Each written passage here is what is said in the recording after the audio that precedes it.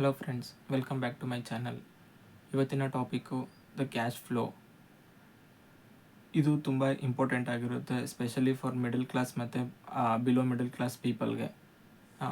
ಇದ್ರ ಬಗ್ಗೆ ತಿಳ್ಕೊಳ್ತಾ ಹೋಗೋಣ. ಮೊದಲನೇದು, ಏನಿದು ಕ್ಯಾಶ್ ಫ್ಲೋ? ನಾವಿದನ್ನು ಯಾಕೆ ತಿಳ್ಕೊಬೇಕು ಅಂತ ತಿಳ್ಕೊಳ್ಳೋಣ. ಫಸ್ಟು, ಕ್ಯಾಶ್ ಫ್ಲೋ ಅಂದರೆ ಇದೊಂದು ಪೈಪ್ ಥರ. ಸೊ ಪೈಪ್ನ ಎರಡು ತುದಿ ಅಂತ ಅಂದ್ಕೊಳ್ಳಿ. ಒಂದು ತುದಿಲಿ ಇನ್ಕಮ್ ಬರ್ತಾ ಇರುತ್ತೆ. ಇಲ್ಲಿ ನೀವು ಇನ್ಕಮ್ ಅಂದರೆ ನೀವು ಪ್ರತಿ ತಿಂಗಳು ದುಡಿಯೋ ಸ್ಯಾಲ್ರಿ ಆಗಿರ್ಬೋದು, ಅಥವಾ ನೀವು ಬಿಸ್ನೆಸ್ಸಲ್ಲಿ ಮಾಡೋ ಪ್ರಾಫಿಟ್ ಆಗಿರ್ಬೋದು, ಅಥವಾ ನೀವು ಯಾವುದಾದ್ರು ಸ್ಟಾಕ್ಸಲ್ಲಿ ಇನ್ವೆಸ್ಟ್ಮೆಂಟ್ ಮಾಡಿ, ಇಲ್ಲ ಯಾವುದಾದ್ರೂ ಕಂಪ್ನಿ ಡಿವಿಡೆಂಟ್ ಕೊಡ್ತಾರೆ, ಅದೆಲ್ಲನೂ ನಿಮಗೆ ಇನ್ಕಮ್ ಅಂದರೆ ಒಂದು ಪೈಪ್ನ ಒಂದು ತುದಿಲಿ ಬರುತ್ತೆ. ಸೊ ಇನ್ನೊಂದು ಪೈಪ್ ತುದಿನ ಅದನ್ನು ನೀವು ಎಕ್ಸ್ಪೆನ್ಸ್ ಅಂತ ತಿಳ್ಕೊಳ್ಳಿ. ಆ ಎಕ್ಸ್ಪೆನ್ಸಲ್ಲಿ ನೀವು ಎವ್ರಿ ಮಂತ್ ನಿಮಗೆ ನೀಡ್ ಆಗಿರೋದು ಏನೇನು, ಫಾರ್ ಎಕ್ಸಾಂಪಲ್ ಹೇಳಬೇಕಂದ್ರೆ, ನೀವು ಮನೆಗೆ ತಂದಾಕೋ ರೇಷನ್ನು, ನಿಮ್ಮ ಹತ್ರ ಗಾಡಿ ಇತ್ತು ಅಂದರೆ ಗಾಡಿದು EMI ಇರುತ್ತೆ, ಮತ್ತು ಗಾಡಿಗೆ ಮೇಂಟೆನೆನ್ಸ್ ಇರುತ್ತೆ, ಗಾಡಿದು ಪೆಟ್ರೋಲ್ ಇರುತ್ತೆ, ಡೀಸೆಲ್ ಇರುತ್ತೆ, ಹಾಗೆ ಇದೆಲ್ಲ ಎಕ್ಸ್ಪೆನ್ಸಲ್ಲಿ ಬರುತ್ತೆ. ಹಾಗೆ ಪೇರೆಂಟ್ಸ್ದು ಮೆಡಿಕಲ್ ಬಿಲ್ ಬರುತ್ತೆ, ಇನ್ಶೂರೆನ್ಸ್ ಬರುತ್ತೆ, ಮತ್ತು ಮಕ್ಕಳು ಫೀಸು, ಹೀಗೆ ಎಕ್ಸೆಟ್ರಾ ಎಕ್ಸೆಟ್ರಾ ಇದೆಲ್ಲ ನಿಮಗೆ ಎಕ್ಸ್ಪೆನ್ಸಲ್ಲಿ ಬರ್ತಾ ಹೋಗುತ್ತೆ. ಸೊ ಕ್ಯಾಶ್ ಫ್ಲೋ ಏನಂದರೆ, ಈ ಬರ್ತಾ ಇರೋ ಇನ್ಕಮ್ಮು ಮತ್ತು ಹೋಗ್ತಾ ಇರೋ ಎಕ್ಸ್ಪೆನ್ಸ್ನ ಎರಡೂ ನಮ್ಮ ಕಂಟ್ರೋಲಲ್ಲಿ ಇಟ್ಕೊಂಡು, ನಮ್ಮ ದುಡ್ಡು ಬರ್ತಾ ಇರೋ ದುಡ್ಡು ಎಲ್ಲಿಗೆ ಹೋಗ್ತಿದೆ ಅಂತ ನಮಗೆ ಬರೋ ನಾಲೆಡ್ಜೆ ಅದನ್ನು ಕ್ಯಾಶ್ ಫ್ಲೋ ಅಂತ ಕರೀತಾರೆ. ಸಿಂಪಲ್ ವರ್ಡ್ಸಲ್ಲಿ ಹೇಳಬೇಕಂದ್ರೆ, ಲೈಕ್ ಈಗ ನಾವು ಹಿಂಗೆ ನಮ್ಮ ದೇಶಕ್ಕೆ ಬಜೆಟ್ ಅಂತ ಮಾಡ್ತಿರೋ ಅದೇ ರೀತಿ ನಾವು ನಮ್ಮ ಮನೆಗೆ ಮಾಡ್ಕೊಳ್ಳೋ ಒಂದು ಮನಿ ಮ್ಯಾನೇಜ್ಮೆಂಟ್ನೇ ಬಜೆಟ್ ಅನ್ನೋದು. ಆ ಬಜೆಟೇ ಕ್ಯಾಶ್ ಫ್ಲೋ ಅಂತ ಅಂತಾರೆ. ತುಂಬ ಜನ ಹೇಳೋದನ್ನು ಕೇಳಿದ್ದೀನಿ, ನನಗೆ 1ನೇ ತಾರೀಕು ಸ್ಯಾಲ್ರಿ ಬರುತ್ತೆ, ಆದರೆ ನನಗೆ ಆ ದುಡ್ಡು ಎಲ್ಲಿಗೆ ಹೋಗ್ತಿದೆ ಅಂತಲೇ ಗೊತ್ತಾಗಲ್ಲ, ಮತ್ತು ನನಗೆ ಆ ದುಡ್ಡು ಹೆಂಗೆ ಖಾಲಿ ಆಗ್ತಿದೆ ಅಂತಲೇ ಗೊತ್ತಾಗೋದಿಲ್ಲ ಅಂತ. ಅದು ಏತಕ್ಕೆ ಅಂದರೆ, ಅವರು ತಿಂಗಳಲ್ಲಿ ಎಷ್ಟೇ ಎಕ್ಸ್ಪೆನ್ಸ್ ಮಾಡ್ತಾರೆ ಮತ್ತು ಅವ್ರಿಗೆ ಎಷ್ಟು ಬೇಸಿಕ್ ನೀಡ್ ಇದೆ ಅನ್ನೋ ಐಡಿಯಾ ಸಹ ಅವ್ರಿಗಿರೋದಿಲ್ಲ. ಸೊ ಅದರಿಂದನೇ ಅವ್ರಿಗೆ ಎಷ್ಟೇ ಸಂಬಳ ಬಂದ್ರೂ ಅವರು ಅದನ್ನು ಖಾಲಿ ಮಾಡ್ಕೊಂಡಿರ್ತಾರೆ, ಮತ್ತು ಅವ್ರಿಗೆ ಎಷ್ಟು ದುಡ್ಡು ನಾನು ಎಲ್ಲಿಗೆ ಕೊಟ್ಟಿದ್ದೀನಿ, ನಾನು ಎಷ್ಟು ದುಡ್ಡು ಎಲ್ಲಿಗೆ ಡಿಡಕ್ಟ್ ಆಗಿದೆ ಅಂತಲೇ ಗೊತ್ತಾಗಿರೋದಿಲ್ಲ. ಸೊ ಮಂತ್ ಎಂಡ್ ಬರೋ ಅಷ್ಟರಲ್ಲಿ ಅವರು ಮತ್ತೆ ಕ್ಯಾಲ್ಕುಲೇಟ್ ಮಾಡೋದಕ್ಕೆ ಹೋಗ್ತಾರೆ, ಇನ್ನೂ 1ನೇ ತಾರೀಕು ಬರೋದಕ್ಕೆ ಎಷ್ಟು ದಿನ ನಾನು ಕಾಯಬೇಕು ಅಂತ. ಏಕೆಂದರೆ ಅವ್ರಿಗೆ ಅಷ್ಟು ಮನಿ ರಿಕ್ವೈರ್ಮೆಂಟ್ ಇರುತ್ತೆ. ಏಕೆಂದರೆ ಅವರು ಅದನ್ನು ಕರೆಕ್ಟಾಗಿ ಡಿವೈಡ್ ಮಾಡಿದಿದ್ರೆ ಅವ್ರಿಗೆ ಕೊನೆಯಲ್ಲಿ ಗೊತ್ತಾಗಿರೋದು ಎಷ್ಟು ಸೇವಿಂಗ್ಸ್ ನಾನು ಮಾಡಿದ್ದೀನಿ ಈ ತಿಂಗಳಲ್ಲಿ ಅಂತ. ತುಂಬ ಜನ ಏನು ಮಾಡ್ತಾರೆ ಅಂದರೆ, ಅವ್ರಿಗೆ ಸ್ಯಾಲ್ರಿ ಬರುತ್ತೆ, ಸೊ ಎಲ್ಲನೂ ಎಕ್ಸ್ಪೆನ್ಸಲ್ಲಿ ಖರ್ಚು ಮಾಡ್ತಾರೆ. ಕೇಳಿದ್ರೆ ನನಗೆ ನಾಳೆದ್ರ ಬಗ್ಗೆ ಚಿಂತೆ ಇಲ್ಲ, ನಾನು ನಾಳೆ ಬಗ್ಗೆ ನೋಡಲ್ಲ, ಇವತ್ತಿನ ಬಗ್ಗೆ ಮಾತ್ರ ನೋಡ್ತೀನಿ, ಈ ಥರ ಎಲ್ಲ ಹೇಳ್ತಾರೆ. ಆದರೆ ಅದು ರಿಯಲ್ ಲೈಫಲ್ಲಿ ವರ್ಕ್ ಆಗೋದಿಲ್ಲ. ಏಕೆಂದರೆ ಯಾವಾಗ ಯಾವ ಎಮರ್ಜೆನ್ಸಿ ಸಿಚುವೇಶನ್ ಬರುತ್ತೆ ಅಂತ ಹೇಳೋದಕ್ಕಾಗಲ್ಲ. ಸೊ ನಾವು ಯಾವಾಗಲೂ ಆ ಎಮರ್ಜೆನ್ಸಿ ಸಿಚುವೇಶನ್ಸ್ಗೆ ರೆಡಿ ಆಗಿರಬೇಕು. ಫಾರ್ ಎಕ್ಸಾಂಪಲ್ ಹೇಳೋದಂದರೆ, ಹೆಲ್ತ್ ಇನ್ಶೂರೆನ್ಸ್ ತೊಗೊಳ್ಳೋದು, ಇಲ್ಲಾಂದರೆ ಟರ್ಮ್ ಇನ್ಶೂರೆನ್ಸ್ನ ತೊಗೊಳ್ಳೋದು. ಏಕೆಂದರೆ ಯಾವಾಗ ಯಾರಿಗೆ ಆಕ್ಸಿಡೆಂಟ್ ಆಗುತ್ತೆ ಹೇಳೋದಕ್ಕಾಗಲ್ಲ, ಇಲ್ಲ ಯಾವಾಗ ಯಾರನ್ನ ಜಾಬಿಂದ ಫೈರ್ ಮಾಡ್ತಾರೋ ಹೇಳೋದಕ್ಕಾಗಲ್ಲ.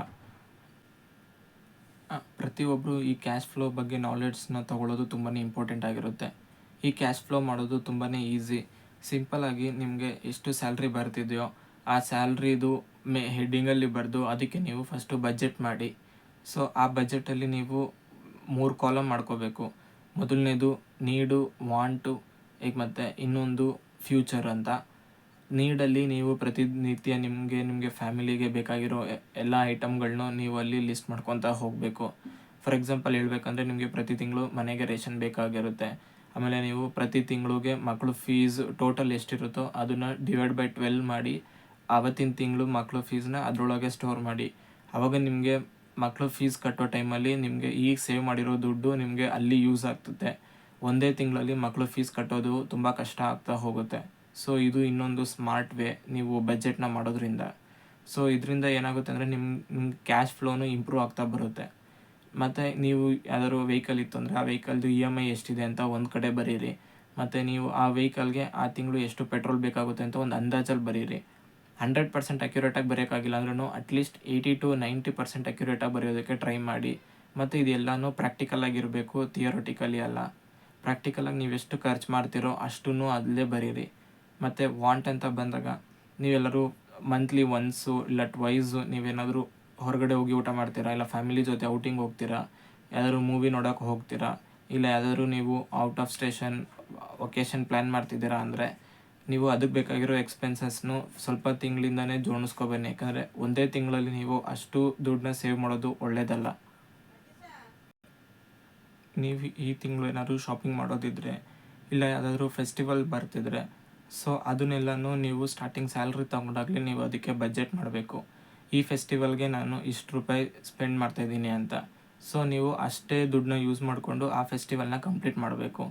ಸೊ ಇದೆಲ್ಲ ನಿಮಗೆ ವಾಂಟ್ ಸೆಕ್ಷನಲ್ಲಿ ಬರ್ತಾ ಹೋಗುತ್ತೆ. ಮತ್ತು ನೀವು ಫ್ಯೂಚರ್ ಪ್ಲ್ಯಾನ್ಸ್ ಏನಾದ್ರು ಮಾಡ್ಕೊಂಡಿದ್ರೆ ಅದನ್ನು ನೀವು ಇನ್ನೊಂದು ಕಾಲಮಲ್ಲಿ ಎಕ್ಸ್ಟ್ರಾ ಎಕ್ಸ್ಪೆನ್ಸ್ ಅಂತ ಹಾಕ್ಕೊಂಡು ನೀವು ಆ ಎಷ್ಟು ದುಡ್ಡನ್ನ ಮಾಡ್ಕೊಂಡಿರ್ತೀರೋ ಅಷ್ಟು ದುಡ್ಡೊಳಗೇ ಕಂಪ್ಲೀಟ್ ಮಾಡೋದಕ್ಕೆ ನೋಡಬೇಕು. ಸ್ವಲ್ಪ ದುಡ್ಡು ಹೆಚ್ಚು ಕಮ್ಮಿ ಆದರೂ ನಡೆಯುತ್ತೆ, ಬಟ್ 80-90% ನೀವು ಆ ಬಜೆಟ್ನ ಫಾಲೋ ಮಾಡೋದಕ್ಕೆ ಟ್ರೈ ಮಾಡಿ. ಆವಾಗ ಏನಾಗುತ್ತೆ ಅಂದರೆ ನಿಮಗೆ ನಿಮ್ಮ ದುಡ್ಡು ಎಲ್ಲಿ ಹೋಗ್ತಿದೆ, ನೀವು ಎಷ್ಟು ಕಡೆ ಎಷ್ಟು ಯೂಸ್ ಮಾಡ್ತಿದ್ದೀರಾ, ಮತ್ತು ನಿಮ್ಮ ದುಡ್ಡು ಎಲ್ಲಾದರೂ ಮಿಸ್ಯೂಸ್ ಆಗ್ತಿದೆಯಾ ಅಂತ ನಿಮಗೆ ಕರೆಕ್ಟಾಗಿ ಲೆಕ್ಕ ಸಿಗುತ್ತೆ. ಸೊ ನಿಮಗೆ ತಿಂಗಳು ಕೊನೆಯಲ್ಲಿ ನನ್ನ ಹತ್ರ ದುಡ್ಡಿಲ್ಲ ಅಂತ ಹೇಳೋ ಪ್ರಾಬ್ಲಮ್ಮು ಆಲ್ಮೋಸ್ಟ್ 90% ಸಾಲ್ವ್ ಆದಂಗೆ ಇರುತ್ತೆ. ಬಟ್ ಬಜೆಟ್ ಮಾಡೋದೆಲ್ಲ ಇಂಪಾರ್ಟೆಂಟು. ಮಾಡಿರೋ ಬಜೆಟ್ನ ಆ ತಿಂಗಳು ಪೂರ್ತಿ ನೀವು ಕರೆಕ್ಟಾಗಿ ಫಾಲೋ ಮಾಡಬೇಕು. ಏಕೆಂದರೆ ನಿಮಗೆ ಬರ್ತಾರೋ ಈಗ ಒಂದೇ ಇನ್ಕಮ್ಮು ಸ್ಯಾಲ್ರಿ ಮಾತ್ರ ಬರ್ತಿದೆ, ನನಗೆ ಅದರ್ ಇನ್ಕಮ್ ಏನಿಲ್ಲ ಅಂದರೆ ಈ ಬಜೆಟು ತುಂಬಾ ಇಂಪಾರ್ಟೆಂಟ್ ಆಗುತ್ತೆ. ನಿಮಗೆ ಅಟ್ಲೀಸ್ಟ್ ಏನಾದರೂ 2 to 3 ಇನ್ಕಮ್ಸ್ ಇತ್ತು ಅಂದರೆ ಆವಾಗ ನೀವು ಬೇರೆ ಥರ ಮಾಡಬೇಕಾಗುತ್ತೆ. ಫಾರ್ ಎಕ್ಸಾಂಪಲ್ ನಿಮಗೆ ಹೈ ಡಿವಿಡೆಂಡ್ಸ್ ಏನಾದ್ರು ಬರ್ತಿದ್ರೆ, ಇಲ್ಲ ಹೈ ಬಿಸ್ನೆಸ್ ಪ್ರಾಫಿಟ್ ಏನಾದ್ರು ಬರ್ತಿದ್ರೆ, ನೀವು ಆ ಬಿಸ್ನೆಸ್ನ ಗ್ರೋ ಮಾಡೋದಕ್ಕೆ ನೀವು ಆ ದುಡ್ಡನ್ನ ಈ ದುಡ್ಡನ್ನೆಲ್ಲ ಮಿಕ್ಸ್ ಮಾಡೋದು, ಈ ಥರ ಎಲ್ಲ ಮಾಡೋದಕ್ಕೆ ಹೋಗಬೇಡಿ. ಸೊ ನಾನು ಇಲ್ಲಿ ಕಾನ್ಸಂಟ್ರೇಟ್ ಮಾಡ್ತಾ ಇರೋದು ಜಸ್ಟ್ ಸ್ಯಾಲ್ರಿಡ್ ಪರ್ಸನ್ ಆಗಿರೋದ್ರಿಂದ ಬರೀ ಸ್ಯಾಲ್ರಿ ಪೀಪಲ್ಗೆ ಯಾವ ಥರ ಹೆಲ್ಪ್ ಆಗುತ್ತೋ ಆ ಥರ ನಾನು ಇದನ್ನು ಹೇಳೋದಕ್ಕೆ ಟ್ರೈ ಮಾಡಿದ್ದೀನಿ. ಈ ಕ್ಯಾಶ್ ಫ್ಲೋಲಿ 3 ಥರ ಕ್ಯಾಶ್ ಫ್ಲೋ ತುಂಬಾ ಇಂಪಾರ್ಟೆಂಟ್ ಆಗುತ್ತೆ. ಮೊದಲನೇದು ಪಾಸಿಟಿವ್ ಕ್ಯಾಶ್ ಫ್ಲೋ. ಈ ಕ್ಯಾಶ್ ಫ್ಲೋ ಏನಂದರೆ ನಿಮ್ಮ ಟೋಟಲ್ ಇನ್ಕಮ್ಮು ಮತ್ತು ಮೈನಸ್ ನಿಮ್ಮ ಎಕ್ಸ್ಪೆನ್ಸ್ನ ಮಾಡಿದಾಗ ಯಾವಾಗಲೂ ಆನ್ಸರು ಪಾಸಿಟಿವಲ್ಲೇ ಬರಬೇಕು. ಹಂಗಂದರೆ ನಿಮ್ಮ ಹತ್ರ ಯಾವಾಗಲೂ ಇನ್ಕಮ್ಮು ಜಾಸ್ತಿ ಇರಬೇಕು, ಎಕ್ಸ್ಪೆನ್ಸು ಕಮ್ಮಿ ಇರಬೇಕು. ಆವಾಗ ನಿಮ್ಮ ರಿಸಲ್ಟು ಪಾಸಿಟಿವಲ್ಲಿ ಬರುತ್ತೆ. ಆವಾಗ ಏನಾಗುತ್ತೆ ಅಂದರೆ ನಿಮ್ಮ ಕ್ಯಾಶ್ ಫ್ಲೋ ಪಾಸಿಟಿವಲ್ಲಿದೆ. ಇದೇನಂದರೆ ನಿಮ್ಮ ಇನ್ಕಮ್ ಯಾವಾಗಲೂ ಜಾಸ್ತಿ ಇರೋದ್ರಿಂದ ನಿಮಗೆ ಎಕ್ಸ್ಪೆನ್ಸ್ ಕಮ್ಮಿ ಆಗಿರೋದ್ರಿಂದ ಸೊ ನೀವು ಅದನ್ನು ಮೇಂಟೈನ್ ಮಾಡೋದು ಈಸಿ ಆಗ್ತಾ ಹೋಗುತ್ತೆ. ಇನ್ನೊಂದು ನೆಗೆಟಿವ್ ಕ್ಯಾಶ್ ಫ್ಲೋ ಅಂತ ಬರುತ್ತೆ. ಇದರಲ್ಲಿ ಏನಂದರೆ ಇನ್ಕಮ್ಮು ಕಮ್ಮಿ ಇರುತ್ತೆ, ಎಕ್ಸ್ಪೆನ್ಸು ಜಾಸ್ತಿ ಇರುತ್ತೆ. ಸೊ ಅದರಿಂದ ಏನಾಗುತ್ತೆ ಅಂದರೆ ನೀವು ಮತ್ತೆ ಲೋನ್ ತೊಗೊಳ್ಳೋದು ಮತ್ತು EMI ಕಟ್ಟೋದು ಇದೆಲ್ಲ ಪ್ರಾಬ್ಲಮ್ಸ್ ಸ್ಟಾರ್ಟ್ ಆಗ್ತಾ ಬರುತ್ತೆ. ಸೊ ಇದನ್ನು ಯಾವಾಗಲೂ ಅವಾಯ್ಡ್ ಮಾಡಿ. ಮತ್ತು ಇನ್ನೊಂದು ತುಂಬ ಇಂಪಾರ್ಟೆಂಟು ಅಸೆಟ್ ಕ್ಯಾಶ್ ಫ್ಲೋ.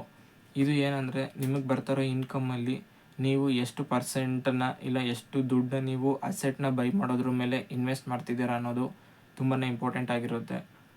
ಯಾಕೆಂದರೆ ತುಂಬ ಜನ ಅಸೆಟ್ ನಾನು ಆಗಲೇ ಹೇಳ್ದಂಗೆ ಅಸೆಟ್ಟು ತುಂಬಾ ಇಂಪಾರ್ಟೆಂಟ್ ಆಗುತ್ತೆ ಲೈಫಲ್ಲಿ ನೀವು ಫೈನಾನ್ಷಿಯಲಿ ಫ್ರೀಡಮ್ ಆಗಬೇಕು ಅಂದರೆ. ನೀವು ದುಡ್ಡನ್ನ ಸೇವ್ ಮಾಡೋದು ಎಷ್ಟು ಇಂಪಾರ್ಟೆಂಟ್ನೋ, ಆ ಸೇವ್ ಮಾಡಿರೋ ದುಡ್ಡಲ್ಲಿ ನೀವು ಆ ದುಡ್ಡನ್ನ ಎಲ್ಲಿ ಸೇವ್ ಮಾಡಿದ್ದೀರಾ, ಯಾವ ಟೈಪ್ ಆಫ್ ಸೇವಿಂಗ್ಸ್ ನೀವು ಮಾಡಿದ್ದೀರಾ ಅನ್ನೋದು ತುಂಬಾ ಇಂಪಾರ್ಟೆಂಟ್ ಆಗುತ್ತೆ. ನೀವು FDಲಿ ಇಟ್ಟು ಸೇವ್ ಮಾಡಿದ್ದೀರಾ, ಇಲ್ಲ ನೀವು ಮ್ಯೂಚುವಲ್ ಫಂಡ್ಸಲ್ಲಿ ಇಟ್ಟಿದ್ದೀರಾ, ಇಲ್ಲ ನೀವು ಡೈರೆಕ್ಟ್ ಯಾವ್ದಾದ್ರು ಲ್ಯಾಂಡು ಪ್ರಾಪರ್ಟಿ ಮೇಲೆ ಸೇವ್ ಮಾಡಿದ್ದೀರಾ, ಇವೆಲ್ಲವೂ ತುಂಬಾ ಇಂಪಾರ್ಟೆಂಟ್ ಆಗುತ್ತೆ. ಸೊ ನೀವು ಕ್ಯಾಶ್ ಫ್ಲೋ ಮಾಡೋ ಟೈಮಲ್ಲಿ ಅಸೆಟ್ ಕ್ಯಾಶ್ ಫ್ಲೋ ಮೇಲೆ ಯಾವಾಗಲೂ ಎಕ್ಸ್ಟ್ರಾ ಕೇರ್ ಮಾಡಿ ಅದಕ್ಕೆ ಜಾಸ್ತಿ ದುಡ್ಡನ್ನ ಇನ್ವೆಸ್ಟ್ ಮಾಡೋದಕ್ಕೆ ಟ್ರೈ ಮಾಡಿ. ಆದಷ್ಟು ನಿಮ್ಮ ಎಕ್ಸ್ಪೆನ್ಸಸ್ನ ಕಮ್ಮಿ ಮಾಡ್ಕೊಳ್ಳೋದಕ್ಕೆ ಟ್ರೈ ಮಾಡಿ. ನೀವು ಈ ಕ್ಯಾಶ್ ಫ್ಲೋ ಮೇಲೆ ಪಾಯಿಂಟ್ ಮಾಡೋದ್ರಿಂದ ಒಂದು ತುಂಬ ದೊಡ್ಡ ಅಡ್ವಾಂಟೇಜ್ ಏನಂದರೆ ನಿಮಗೆ ನಿಮ್ಮ ದುಡ್ಡು ಎಲ್ಲಿ ಖರ್ಚಾಗ್ತಿದೆ ಅಂತ ಗೊತ್ತಾಗ್ತಾ ಹೋಗುತ್ತೆ. ಏಕೆಂದರೆ ತುಂಬ ಜನಕ್ಕೆ ಖರ್ಚು ಮಾಡೋ ಟೈಮಲ್ಲಿ ಎಲ್ಲನೂ ಒಳ್ಳೆಯದು ಅಂತಲೇ ಅನಿಸುತ್ತೆ, ಬಟ್ ಖರ್ಚಾದ್ಮೇಲೆ ಫೀಲ್ ಆಗುತ್ತೆ ನಾನು ಇಷ್ಟೊಂದು ದುಡ್ಡನ್ನ ಈ ವಸ್ತು ಮೇಲೆ ಇನ್ವೆಸ್ಟ್ ಮಾಡೋದು ಬೇಕಿತ್ತಾ ಅಂತ. ಸೊ ಅದೇ ನೀವು ಅದನ್ನು ಒಂದು ಕಡೆ ಬರೆದಾಗ ನಿಮಗೆ ಫೀಲ್ ಆಗುತ್ತೆ, ನಾನು ಇಷ್ಟೊಂದು ದುಡ್ಡನ್ನ ನನ್ನ ವೇಸ್ಟ್ ಮೇಲೆ ಇನ್ವೆಸ್ಟ್ ಮಾಡ್ತಾಯಿದ್ದೀನಿ, ಎಲ್ಲ ಸುಮ್ಮನೆ ಕಾಸ್ಟ್ಲಿ ಬಟ್ಟೆಗಳನ್ನ ತೊಗೊಳೋದ್ರ ಮೇಲೆಲ್ಲ ಯಾಕೆ ಇನ್ವೆಸ್ಟ್ ಮಾಡೋದು. ಸೊ ನಿಮಗೆ ಬರೆದಾಗ ಆ ಫೀಲ್ ಬರುತ್ತೆ. ಸೊ ನಿಮಗೆ ಆವಾಗ ಒಂದು ಪಾಯಿಂಟ್ ಅನಿಸುತ್ತೆ, ನಮಗೆ ಇಷ್ಟೊಂದು ದುಡ್ಡು ವೇಸ್ಟ್ ಮಾಡ್ತಾಯಿದ್ದೀನಿ, ಸೊ ನಾನು ಇದೇ ದುಡ್ಡನ್ನ ತೊಗೊಂಡು ನಾನು ಸೇವ್ ಮಾಡಿದ್ರೆ ನಂಗೆ ಫ್ಯೂಚರ್ಗೆ ಯೂಸ್ ಆಗುತ್ತೆ ಅಂತ. ಸೊ ಅದು ಮೇನ್ ಅಡ್ವಾಂಟೇಜ್ ಆಗಿರುತ್ತೆ ಈ ಕ್ಯಾಶ್ ಫ್ಲೋಯಿಂದ. ಈ ಕ್ಯಾಶ್ ಫ್ಲೋಯಿಂದ ನಿಮಗೆ ನಿಮ್ಮ ಡ್ರೀಮ್ ಟುವರ್ಡ್ಸ್ ಮಾಡ್ಕೊಳ್ಳೋದಕ್ಕೆ ಒಂದೊಂದೇ ಸ್ಟೆಪ್ಸ್ನ ನೀವು ಮುಂದೆ ಇಟ್ಕೊಂಡು ಹೋಗೋದಕ್ಕೆ ತುಂಬಾ ಯೂಸ್ ಆಗುತ್ತೆ. ಇಲ್ಲ ನೀವು ಮಾಡಬೇಕು ಅಂದ್ಕೊಂಡಿರೋ ಬಿಸ್ನೆಸ್ಗೆ ಇನ್ವೆಸ್ಟ್ಮೆಂಟ್ನ ಸೇವ್ ಮಾಡೋದಾಗಲಿ, ಇಲ್ಲ ನೀವು ಯಾವ್ದಾದ್ರು ದೊಡ್ಡದಾಗಿ ಪ್ರಾಪರ್ಟಿ ಬೈ ಮಾಡೋದಕ್ಕೆ ಅದಕ್ಕೆ ಬೇಕಾಗಿರೋ ಸೇವಿಂಗ್ಸ್ನ ಇವತ್ತಿಂದನೇ ಕೂಡಿಡೋದಕ್ಕೆ ಯೂಸ್ ಆಗುತ್ತೆ. ಇಲ್ಲ ನೀವೇನಾದರೂ SIP ಮಾಡ್ತಿದ್ರೆ ಅದನ್ನು ಇನ್ನೂ ಇನ್ಕ್ರೀಸ್ ಮಾಡೋದು ಹೇಗೆ, ನಿಮ್ಮ ಎಕ್ಸ್ಪೆನ್ಸಸ್ನ ಇನ್ನೂ ಕಮ್ಮಿ ಮಾಡೋದು ಹೇಗೆ. ಈಗ ನಮ್ಮ ಹತ್ರ 3 ಗಾಡಿ 4 ಗಾಡಿ ತೊಗೊಂಡು ಅದನ್ನು ಮೇಂಟೈನ್ ಮಾಡೋ ಬದಲು ಒಂದು ಗಾಡಿಲೇ ಮೇಂಟೈನ್ ಮಾಡಿ ಆ 3 ಗಾಡಿದು ಎಕ್ಸ್ಪೆನ್ಸ್ನ ಕಮ್ಮಿ ಮಾಡೋದು ಹೇಗೆ, ಈ ಥರ ಎಲ್ಲ ಯೋಚನೆ ಮಾಡಿದ್ರೆ ನಿಮಗೆ ಅವಾಗ ಎಕ್ಸ್ಪೆನ್ಸ್ನ ಹೇಗೆ ಕಮ್ಮಿ ಮಾಡೋದು ಮತ್ತು ಈಗ ಬರ್ತಾ ಇರೋ ಸ್ಯಾಲ್ರಿನ ಇನ್ನೂ ಇನ್ಕ್ರೀಸ್ ಮಾಡ್ಕೊಳ್ಳೋದು ಹೇಗೆ, ಹೀಗೆ ನಿಮಗೆ ಥಾಟ್ಸ್ ಎಲ್ಲ ಬಂದಾಗ ನೀವು ಅದನ್ನು ಇನ್ನೂ ಬೆಟರ್ ಮಾಡೋದಕ್ಕೆ ಟ್ರೈ ಮಾಡ್ತೀರಾ. ಸೊ ನೆಕ್ಸ್ಟ್ ಟೈಮು ನಿಮಗೆ ಸ್ಯಾಲ್ರಿ ಬರ್ತಿದೆ ಅಂತ ಗೊತ್ತಾಗಿದ ತಕ್ಷಣ ಏನು ಮಾಡಿ ಅಂದರೆ, ಈಗ ಫಾರ್ ಎಕ್ಸಾಂಪಲ್ ನಿಮಗೆ 1ನೇ ತಾರೀಕು ಸ್ಯಾಲ್ರಿ ಬಂತು ಅಂದರೆ, ನೀವು 1ನೇ ತಾರೀಕಿಗೆ ಕೂತ್ಕೊಂಡು ಈ ತಿಂಗಳು ಏನೇನು ಖರ್ಚಿದೆ ಅಂತ ಎಲ್ಲ ಒಂದು ಕಡೆ ಬರೀರಿ. ಸೊ ಒಂದು ಪೆನ್ನು ಪೇಪರು ಇಲ್ಲ 10 ನಿಮಿಷ ಟೈಮ್ ವೇಸ್ಟ್ ಆಗ್ಬೋದು ಅಷ್ಟೇ. ಬಟ್ ನೀವು ಆ ತಿಂಗಳೆಲ್ಲ ಅದೇ ಬಜೆಟ್ನ ಫಾಲೋ ಮಾಡಿದ್ರೆ, ನೀವು ಅದೇ ಥರ ನೀವು ಪ್ರತಿ ತಿಂಗಳು ಮಾಡಬೇಕು. ಇದು 1 ತಿಂಗಳು 2 ತಿಂಗಳು ಮಾಡಿ ನಿಲ್ಲಿಸೋದಲ್ಲ. ನೀವು ಪ್ರತಿ ತಿಂಗಳು ಇದೇ ರೀತಿ ಮಾಡೋದ್ರಿಂದ ನಿಮಗೊಂದು ಡಿಸಿಪ್ಲಿನ್ ಬರುತ್ತೆ. ಮತ್ತು ಆ ಡಿಸಿಪ್ಲಿನಿಂದ ನೀವು ಇನ್ನೂ ಬೆಟರ್ ಫೈನಾನ್ಷಿಯಲ್ ಡಿಸಿಷನ್ನ ತೊಗೋಬೋದು. ಸೊ ನೀವು ಫ್ಯೂಚರಲ್ಲಿ ಯಾವುದೇ ಥರ ರಿಸ್ಕ್ ತೊಗೋಬೇಕಂದ್ರೂ ಆ ರಿಸ್ಕ್ನ ತೊಗೊಳೋದಕ್ಕೆ ನಿಮ್ಮ ಹತ್ರ ಬ್ಯಾಕ್ಗ್ರೌಂಡಲ್ಲಿ ನಿಮ್ಮ ಹತ್ರ ಒಂದು ಅಕೌಂಟಲ್ಲಿ ದುಡ್ಡಿದೆ ಅನ್ನೋ ಧೈರ್ಯ ಇರುತ್ತೆ. ಸೊ ಅದಕ್ಕೋಸ್ಕರ ಈ ಕ್ಯಾಶ್ ಫ್ಲೋನ ಯಾವಾಗಲೂ ಪಾಸಿಟಿವಲ್ಲಿ ಇಡೋದಕ್ಕೆ ಟ್ರೈ ಮಾಡಿ. ಆದಷ್ಟು ಅಸೆಟ್ ಮೇಲೆ ಫೋಕಸ್ ಮಾಡಿ, not on liabilities. So thank you.